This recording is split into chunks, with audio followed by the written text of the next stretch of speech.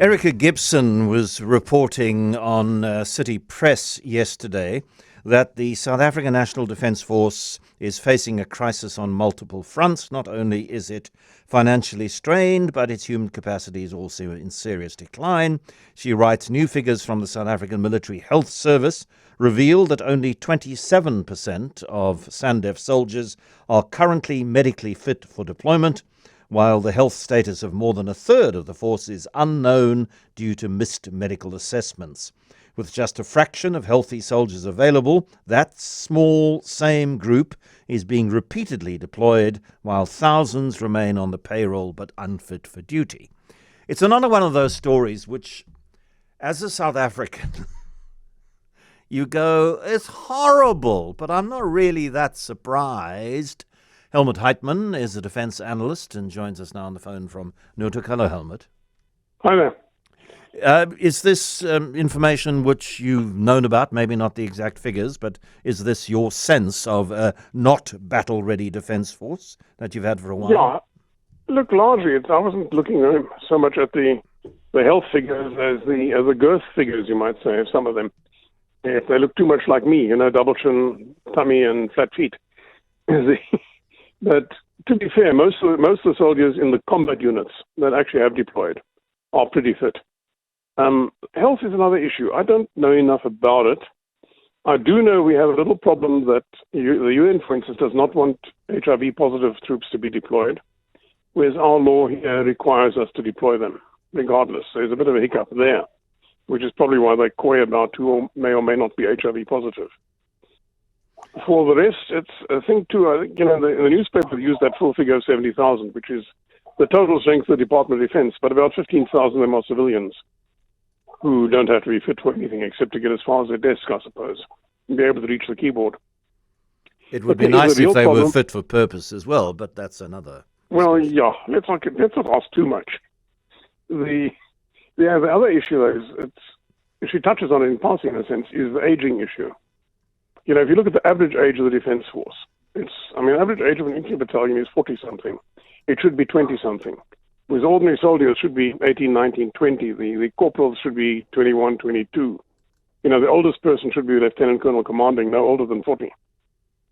So the problem is, once you get past about 25, your body starts packing in. Your eyesight isn't as good, your hearing is good, your reactions aren't as good. But the old guys, I remember this was a problem early on. I discussed it once with Lieutenant Lekota when he was the Minister of Defence. What do you do with them? We have a massive unemployment problem. We don't have a really good social security thing. And if you only ever made it as far as corporal because your schooling was up to maggots, you're going to retire on a corporal's pension, and the answer is no. And as Lekota put it, the only skill they have is use a firearm. If you toss them out of the unemployment pool, the only thing they can do is join a gang. And it's cheaper to keep them in the army than to keep them in prison. So we need to, at the national level, have a rethink how we deal with this sort of issue. Because clearly they're too old. Even if they're perfectly healthy, they're too old for the rank they hold, most of them, and the work they should have to do if they're deployed.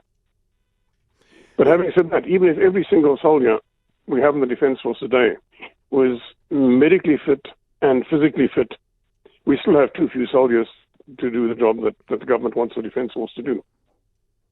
So which that's is the another discussion. But the point raised by Erica in her article that because so many are medically unfit, the few that are battle ready are not getting the R&R that they should. They're constantly being deployed, which then negatively affects their capacity to perform optimally. Yep.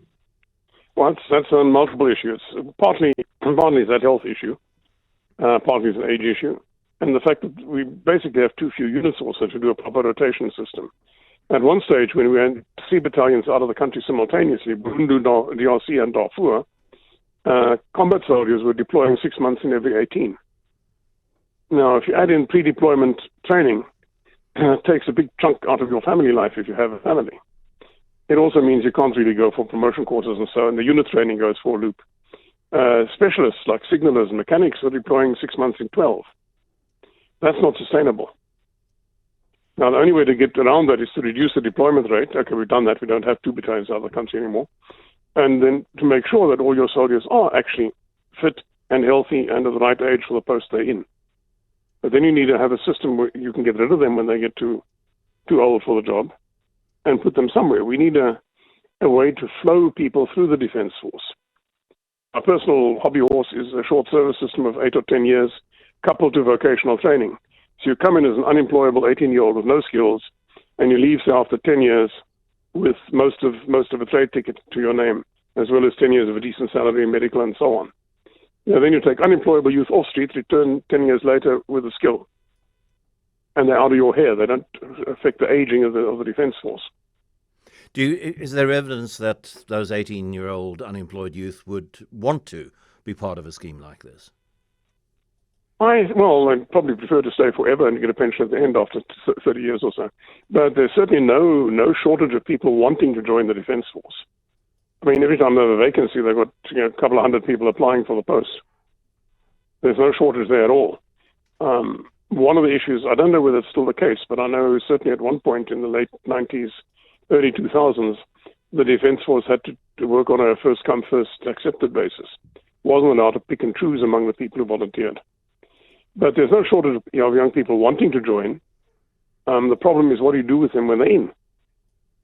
They want to stay forever because there's no job outside, and they have no other skill.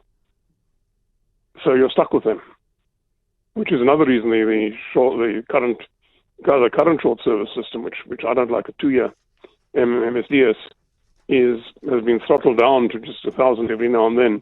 Partly it's personnel costs, the budget isn't there, and partly it's you don't actually know what to do with them because you've got all these other older guys cluttering the place up. Helmoed, that's not a pretty picture, but we need to have it drawn for us. Thank you very much to Defence Analyst Helmoed Heitman.